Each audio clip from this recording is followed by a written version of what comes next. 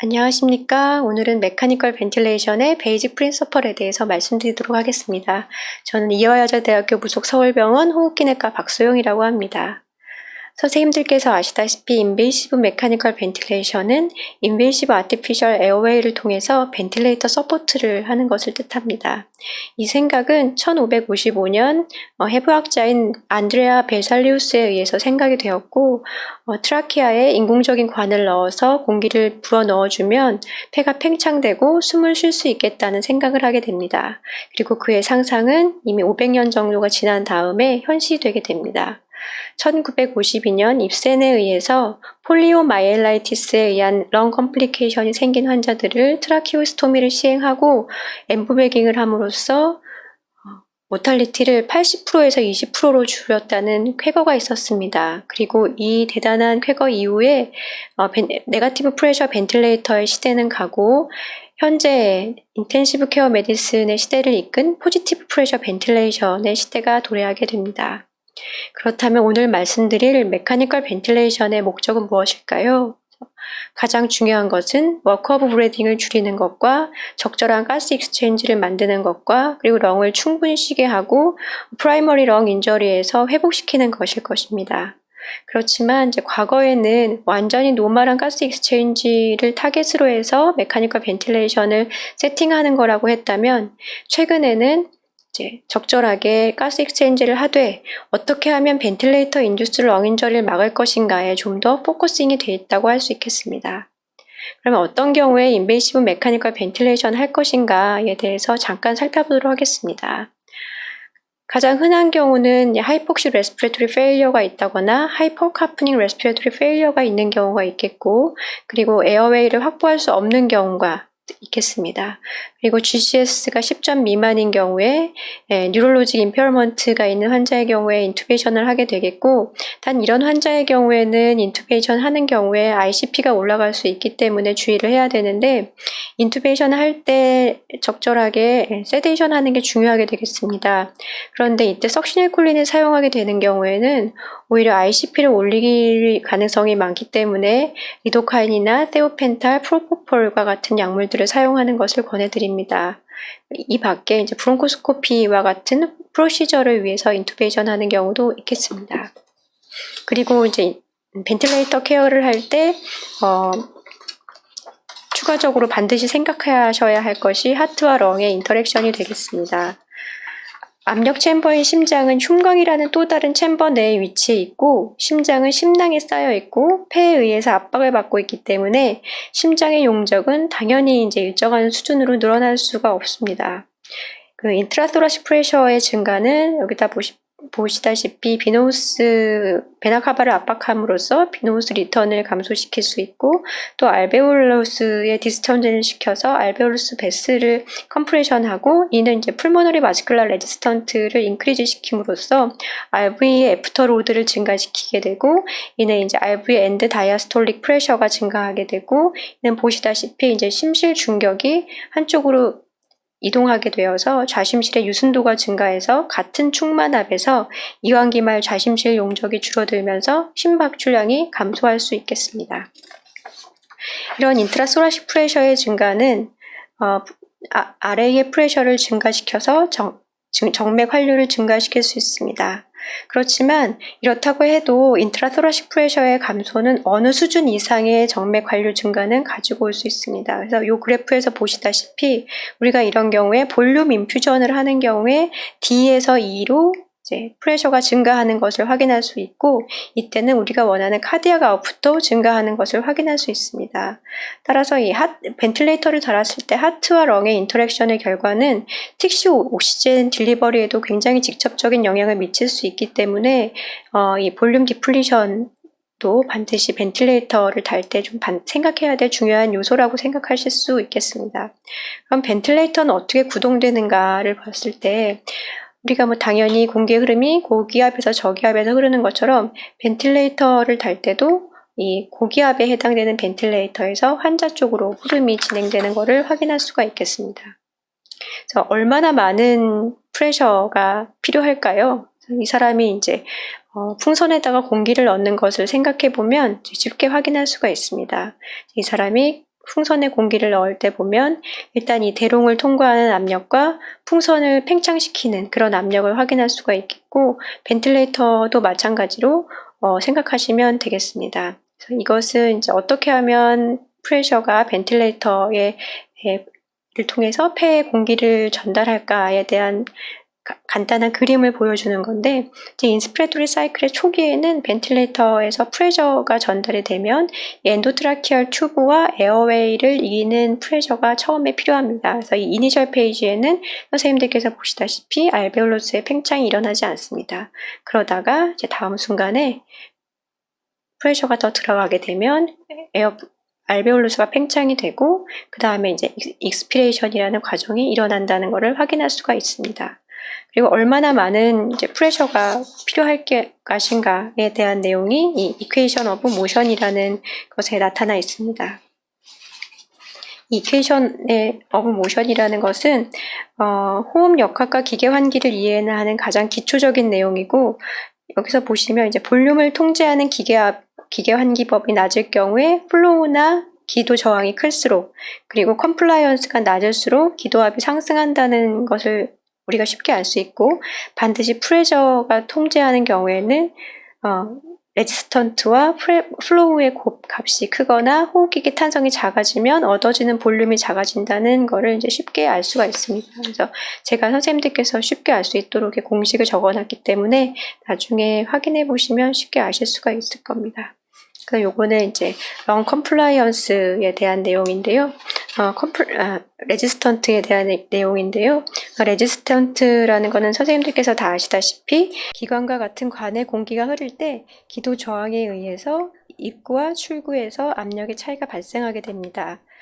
폐로 가스가 이동하기 위해서는 폐와 흉곽의 마찰 저항과 기도의 마찰 저항을 극복해야 되는데, 이때 저항은 이제 오른쪽에서 보는 그래프에서 볼 때 픽 프레셔를 뺀 값을 이제 플로우로 나누게 되면 계산이 가능하게 됩니다. 그렇지만 이제 최근에 벤틸레이터에는 이 레지스턴트의 값이 다 나와 있기 때문에 구체적으로 선생님들께서 각각 계산을 할 필요는 없겠습니다. 여하튼 이제 저항은 여기서 보는 것처럼 플로우 레이트라든지 에어웨이 칼리버, 가스의 네이처라든지 플로우의 타입에 대해서 좌우가 되기 때문에, 여기서 이제 우리가 모듈레이션 할 수 있는 것이 바로 인투베이션 할 때 튜브의 굵기라고 할 수 있겠죠. 그래서 인투베이션 시 직정이 넓은 튜브로 시행하는 것이 플로우의 레지스턴트를 좀 더 줄일 수 있을 것 같고요. 터뷸런스 플로우가 있는 경우에 라미나 플로우와 같은 유속을 형성하기 위해서는 조금 더 많은 압력 차이가 필요하게 된다는 것을 이제 우리가 확인할 수가 있습니다. 그 다음에는 최근에 굉장히 중요한 개념으로 등장하고 있는 컴플라이언스에 대한 거고, 이 컴플라이언스, 즉 우리말로 하면 폐 유순도는 폐가 얼마나 잘 늘어나는지에 대한 것으로, 컴플라이언스가 클수록 작은 압력 변화로도 폐가 잘 팽창한다는 것을 이제 나타내고 있는 것이고, 스타틱 컴플라이언스 경우에는 익사일드 타이달 볼륨을 플래트 프레셔에서 핍을 뺀 값으로 계산하면 되고, 다이나믹 컴플라이언스의 경우에는 익사일드 타이달 볼륨을 핍 프레셔에서 핍을 뺀 값으로 나눠주면 되는데, 역시 컴플라이언스 같은 경우도 벤틸레이터에서 이미 다 계산되어 나와 있는 거기 때문에 이제 쉽게 확인할 수가 있겠습니다. 그 다음에 이제 살펴볼 것은 이제 벤틸레이터의 사이클이 되겠습니다. 인공호흡기가 만드는 하나의 호흡은 다음과 같이 인스피레이션의 이니시에이션, 인스피레토리 페이지, 엔드 인스피레토리 페이지, 그리고 익스피레이션 페이지, 그리고 엔드 익스피레토리 페이지로 분류할 수 있습니다. 트리거라는 거는 선생님들이 다 아시다시피 호흡이 언제 시작되는가에 대한 이야기고, 리미트는 설정된 수준 이상을 초과하지 않도록 설정되는 변수이고, 사이클은 인스피레이션에서 언제 익스피레이션으로 넘어가는가에 대한 내용이고, 익스피레이션은 패시브 피노미넌이라고 할 수 있겠습니다. 그래서 트리거라는 것은 이제 환자의 자발 호흡에 의해서 흡기가 시작될 때는 설정한 프레저나 플로우 이상의 환자의 자발적인 노력 시에 흡기가 시작되는 거고, 리미트라고 함은 이제 흡기 중 무엇을 조절하는가에 따라서 설정된 수준 이상을 초과하지 않도록 했을 때 설정되는 변수가 되는 거고, 사이클의 경우에는 프레저 컨트롤일 경우에는 타임이, 볼륨 컨트롤일 때는 볼륨이 주로 사이클을 결정하는 변수가 되겠습니다. 그리고 이제 프레셔 서포트 모드에서는 인스피레토리 플로우가 일정 비율 이상 감소하면 호기로 이행하는 플로우 사이클이 주로 사용되게 되겠습니다. 이제 벤틸레이터 모드에 대해서는 이제 이 그래프에서 조금 더 자세하게 보도록 하겠습니다. 볼륨 컨트롤 모드는 선생님들이 다 아시는 것처럼 흡기 시 환자에게 전달하고자 하는 목표치가 일정 용적이 되도록 설정하는 것으로 이를 달성하기 위하여 환자의 호흡기계에 가해지는 압력은 기도 저항이나 호흡기계 유순도에 의해서 변하게 되는 것입니다. 근데 최근에 사실 볼륨 컨트롤 벤틸레이션은 그다지 중환자실에서 많이 사용되고 있는 모드는 아니라고 할 수 있겠습니다. 예를 들어서 보면 타이달 볼륨을 500이라고 설정하고 핍을 5라고 설정하고 레스피레토리 레이트를 분당 10회로 설정하고 I 레이쇼를 1대2로 설정했을 때 이는 이제 초당 250ml의 속도로 2초간 공기를 밀어 넣어서 500ml의 공기가 들어가면 순환해라. 그리고 환자의 호흡 노력이 떨어지면 적어도 분당 10회로 설정했기 때문에 1분에 10회는 호흡을 유지해라 라고 하는 모드로 생각하시면 되겠습니다.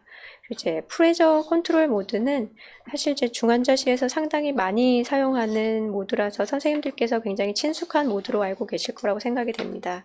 이는 이제 흡기 시에 환자에게 전달하고자 하는 목표치가 일정 시간 동안 일정 압력을 유지시켜 주는 것이고 이에 따라서 환자에게 적용되는 용적은 기도 저항이나 폐 유순도에 따라서 변화하기 쉽게 됩니다.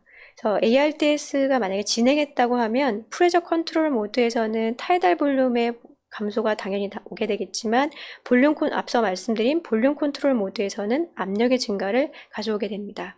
그래서 여기서는 이제 프레셔 컨트롤 모드의 예를 보시겠는데요. RR을 10회, 그리고 I 레이쇼를 1대2, 핍을 5, 어버브 핍을 10 정도라고 설정을 했다면 이는 기도압을 5에서 15까지 올리고 2초 동안 유지하는데 필요한 기류를 제공하고 2초가 끝나면 그 다음 숨으로 순환하라 라는 거고, 아까 말씀드린 것처럼 이 사람도 분당 10회가 됐으니까 1분에 10회 동안은 호흡을 유지하라 라는 얘기가 되겠습니다. 그래서 볼륨 컨트롤과 프레셔 컨트롤은 그러면 어떤 좋은 점과 나쁜 점이 있느냐 다 아시겠지만, 볼륨 컨트롤은 당연히 내가 원하는 타이달 볼륨을 개런티할 수 있다는 장점이 있는 거고, 프레셔 컨트롤은 타이달 볼륨을 개런티할 수는 없지만 렁이 오버 디스텐전 되는 거를 좀 막을 수는 있다. 그리고 싱크로니가 조금 더 나을 수 있다는 보고들이 있다. 하지만 볼륨 컨트롤은 내가 타이달 볼륨을 개런티해야 되기 때문에 환자의 컴플라이언스가 낮아짐에도 불구하고 굉장히 많은 압력을 줄 수가 있다. 그래서 어떻게 보면 그 벤틸레이터 인듀스 렁 인저리에 좀 취약할 수 있겠다는 모두가 있겠습니다. 그렇지만 이제 2015년도 이미 이제 5년이나 지난 논문이긴 하지만 이때 이제 코크란 리뷰에서 보면은 프레셔 컨트롤 모드나 볼륨 컨트롤 모드나 아직까지는 ARDS 혹은 그때는 아큐럴 렁 인저리라는 개념이 있었기 때문에 그 두 질환에 대해서 어떤 모드가 더 나은지에 대해서는 아직은 컨트롤 볼지가 있다라고 결론이 나왔습니다. 그 다음에 이제 지금은 아주 많이 사용되고 있지는 않지만 이제 Synchronized Intermittent Mandatory Ventilation의 모드에 대해서 잠시 살펴보시겠습니다. 이거는 이제 일단은 타이달 볼륨을 내가 500 정도로 설정하고 백업을 10회라고 설정했을 때 환자가 분당 20회라고 설정을 하면 1분 환기량이 미니 벤틸레이션은 타이달 볼륨 곱하기 레스피레토리 레이트가 되는 거니까 일단은 벤틸레이터가 불어 넣어주는 타이달 볼륨 0.5에다가 백업 레이트를 10을 곱하고 여기다가 환자가 추가로 10회를 더 쉬게 되니까 환자가 숨쉬는 타이달 볼륨 0.2에다가 10회를 추가로 해서 이때 환자가 벤틸레이터보다 더 많이 숨을 쉬게 되면은 1분 환기량이 7리터로 늘어나게 됩니다. 그렇지만 환자의 호흡수가 벤틸레이터보다 적게 되면은 이때 분당 환기량은 500 곱하기 0.1 해가지고 5리터가 되는 겁니다.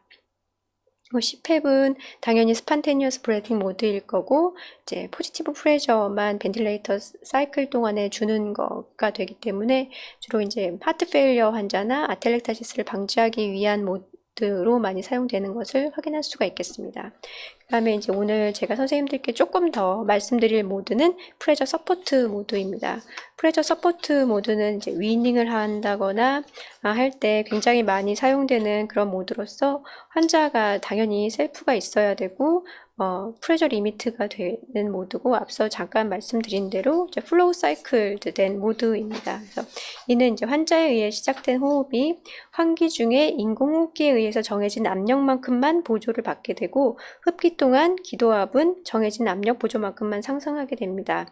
압력 보조는 흡기 시간 동안 지속되고 흡기 유량이 정해진 정도 이하로 감소되면 호기가 시작되는 것이죠. 프레셔 서포트 모드는 우리가 모두 다 알고 있는 것처럼 페이션트와 벤틸레이터 싱크로니가 좋아지고 세데이티브 용량이 감소되고, 그리고 벤틸레이터 인듀스드 다이아프라금 디스펑션을 프리벤션 할 수 있다는 데는 굉장히 좋아서 벤틸레이션으로부터 리버레이션에는 굉장히 좋은 모드로 알려져 있으나, 최근에 프레셔 서포트 모드에 대한 어떤 문제점들이 이제 제기되기 시작했습니다. 가장 문제가 되는 게 이제 자바로흡이 있었을 때 트랜스풀모너리 프레셔가 올라가는 것이 이제 있죠. 그래서 여기 보면 환자의 자바로흡이 없었을 때는 예를 들어서 30 마이너스, 여기 다 아시는 것 같이 트랜스풀모너리 프레셔는 에어웨이 프레셔에서 플루랄 프레셔를 뺀 값이니까, 환자의 자바로흡이 없는 우측의 런 같은 경우에는 30 마이너스 15 해서 15만 트랜스풀모너리 프레셔가 전해지는데, 만약에 체스트 월이 액티브하게 익스펜전 되는 경우에는 트랜스풀모너리 프레셔가 45가 되는 거죠. 그래서 이것처럼 이제 트랜스풀모너리 프레셔가 올라가는 것뿐만 아니라 인스피레이터리 스윙이 증가하고 타이달 볼륨이 증가하고 레스피레이터리 드라이브가 올라가고, 이런 문제점이 발생할 수 있는 모드가 스판테니어스 벤틸레이터 모드이기 때문에 이 균형을 어떻게 잡아주느냐가 굉장히 중요한 문제라고 하겠습니다. 이렇게 벤틸레이터 서포트를 할 때는 환자가 적절하게 레스피레토리 에포트가 어느 정도인지를 확인하는 것이 굉장히 중요합니다. 환자가 너무나 레스피레토리 에포트가 엑세시브한 경우에는 환자의 머슬 인저리가 올 수도 있고, 환자의 레스피레토리 디스트레스가 오히려 더 증가하는 경우도 있고, 이 밖에 레스피레토리 에포트가 인서피션시한 경우에는 다이아프라금 아트로피 등이 오는 경우가 있겠습니다. 그래서 적절한 프레셔 서포트를 해줘야 레스피레토리 레이트도 적절할 수 있고 액세서리 머슬의 유지도 적절할 수가 있겠습니다. 우리가 벤틸레이터를 달 때 어떻게 하면 적절한 골과 타겟을 정할 것이냐, 이것도 상당히 중요한 문제인데요. 선생님들께서 다 아시다시피 타이달 볼륨을 정하고 FiO2를 정하고 레스피레토리 레이트를 정하고 핍을 정하고 그리고 플랫 프레셔를 모니터링하는 게 가장 기본적인 세팅이라고 할 수 있겠습니다. 그리고 여기서 우리가 잊어서는 안 될 것이 벤틸레이터 인듀스드 렁 인저리겠습니다. 여러 가지 컨트로버시가 있겠지만, 일단은 지금은 옥시젠골을 PaO2 55에서 80, 세츄레이션을 88에서 95 정도로 이제 하시는 걸로 생각하시면 되겠고, 만약에 FiO2가 너무 많이 요구된다라고 하면은 하이핍을 생각해 보는 것도 한 가지의 방법이 되겠습니다. 그리고 이제 현재로서는 하이폭시아가 너무 심해졌을 때 프롬 포지션에 대한 고려는 반드시 되어야 되고, 컨트로버시는 있지만 유로머스큘러 블로커를 사용할 것인가에 대해서도 한 번쯤은 고려를 해봐야 되겠습니다. 그리고 이제 더 중요한 거는 이 사람의 에크모의 인디케이션이 되느냐를 벤틸레이터로 매니지가 잘 안 될 때는 반드시 고려를 해봐야 될 것 같고, 그 다음에 이제 또 생각해야 될 것이 pH에 대한 골이라고 할 수 있겠습니다. ARDS 환자에서는 당연히 다 알고 아시고 있는 것처럼 퍼미시브 하이퍼카프니아가 용인이 됩니다. 그래서 미니 벤틸레이션은 제한적으로 늘리는 것, 즉 타이달 볼륨을 프레딕티브 바디 웨이 곱하기 6 정도로 유지를 해야 되기 때문에 퍼미시브 하이퍼카프니아가 용인이 되는데, 단 여기서 우리가 생각해야 될 것이 있습니다. PaCO2가 너무나 많이 늘어나게 되면 인트라크레니얼 프레셔가 올라가게 되고, 그다음에 코로나리 블러드 플로우 스틸 작용이 일어나기 때문에 아큐 브레인 인저리가 있다거나 이스케믹 하트 디지즈가 있는 경우에는 pH 골을 좀 더 생각해 봐야 되고, 이때는 PaCO2를 어떻게 맞출 것인가에 대해서 조금 더 컨서언이 필요하겠습니다. 그리고 크로닉 레스피레토리 페일리어가 있는 경우에는 PCO2 레벨이 아니라 적절한 pH 레벨을 조절하는 게 중요할 것이다 라는 거를 말씀드리고 싶고요. 최근에 뭐 여러 가지 논문에서 이제 CO2의 레벨이 어떤 인플라메이션과도 관련이 있기 때문에 이런 ARDS 환자에서 PCO2 레벨을 어떻게 하는 것이 좋을까에 대해서는 사실은 좀 더 연구가 필요하지 않을까라는 생각을 하고 있습니다. 그리고 핍을 어떻게 설정할까에 대해서는 과거부터 많은 연구가 있었지만 아직까지는 동일한 컨선이 이루어지지는 않은 상태고, 다만 하이폭시아가 심한 그룹에서는 핍을 좀 높게 유지하는 것이 좋겠다 라는 것이 통일된 생각이 있습니다. 그렇지만 최근에 코비드 19의 경우에서는 정말 이것이 똑같은 ARDS인가 라는 여러 가지 논란이 제기되면서 어느 정도의 핍이 적절한 핍인가에 대해서도 또 다른 연구가 필요하다고 생각이 됩니다. 그러면 이제 여기서 얼마나 우리가 핍을 주고 기다려야 되냐, 요거를 잠깐 말씀드리면요. 이 그래프에서 보시는 것처럼 5분 정도, 2013년도에 논문이 하나 나온 게 있습니다. 그래서 이 5분 정도만 있으면 핍을 보고 옥시제네이션이 좋아지는가에 대한 여부를 관찰할 수 있다는 논문이 나왔습니다. 그래서 선생님들께서 많이 급하신 경우고 빨리 옥시제네이션이 호전되는 여부를 관찰하고 싶으시다면 핍을 주고 최소한 5분이 경과된 다음에 옥시제네이션의 호전 여부를 관찰하시면 어느 정도는 옥시제네이션 호전의 여부를 관찰할 수 있겠다고 생각하시면 되겠습니다. 그래서 결론적으로는 이제 알베올라 디스텐전과 알베올라 리크루트먼트의 사이에서 균형을 맞추는 게 핍의 역할이기 때문에 환자 옆에서 인디비주얼라이즈드 핍을 어떻게 설정하느냐가 관건이라고 하겠습니다. 그럼 오늘 제가 말씀드릴 가장 중요한 얘기는 벤틸레이터를 다는 것은 령 자체를 치료하는 것이 아니라 령이 좋아질 때까지 시간을 기다리는 거기 때문에 미니멀한 데미지를 주면서 시간을 버는 거라고 할 수 있겠습니다. 따라서 이 벤틸레이터 인듀스드 령 인저리를 얼마나 줄이느냐가 우리가 벤틸레이터를 매니지를 얼마나 잘하느냐 이것과 직결된다고 할 수가 있겠습니다. 자, 이 환자 같은 경우에 보시면 벤틸레이터 인듀스드 령 인저리가 발생한 것을 금방 알 수가 있겠습니다. 서브큐 엠피세마가 생기고 뉴모 메디아스티넘이 생긴 것을 확인할 수가 있겠죠. 그래서 여러 가지 선생님들께서 알고 있는 이런 벤틸레이터 령 인저리를 막기 위해서는 가장 우리가 알고 있는 기본적인 거는 로우 타이달 볼륨을 주는 것이고, 이것은 이제 프레딕티브 바디 웨이트를 구해서 여기에 걸맞는 타이달 볼륨을 주는 거라고 알고 계실 겁니다. 그렇지만 이제 최근에 나온 것은 똑같은 ARDS라고 해서 동일한 타이달 볼륨을 주는 게 과연 맞느냐, 어떻게 우리가 타겟을 당시 정해야 되지 않느냐에 대한 의문이 정해졌고, 여기에 대한 이제 해답이 될 수 있는 것 중에 하나가 드라이빙 프레셔라고 할 수 있겠습니다. 이 드라이빙 프레셔는 이제 환자의 런 컴플라이언스를 반영해서 나타나는 값이고요. 이거는 이제 령의 정말 펑셔널한 사이즈를 측정하는 값이라고 해도 과언이 아니겠습니다. 이건 타이달 볼륨을 컴플라이언스를 나눈 값이고, 플래트 프레셔를 해서 핍을 뺀 값을 나타난다고 할 수가 있겠고, 이때는 이제 인스피레토리 에포트가 당연히 없을 때 측정을 할 수가 있고, 이 값은 이제 벤틸레이터에서 인스피레토리 에포트가 없을 때 플래트 프레셔를 측정해서 간단하게 측정을 할 수도 있겠습니다. 이 드라이빙 프레셔에 대한 내용은 2015년도에 NEJM에 발표된 논문으로 이미 굉장히 많은 사람들의 관심을 불러일으켰고요.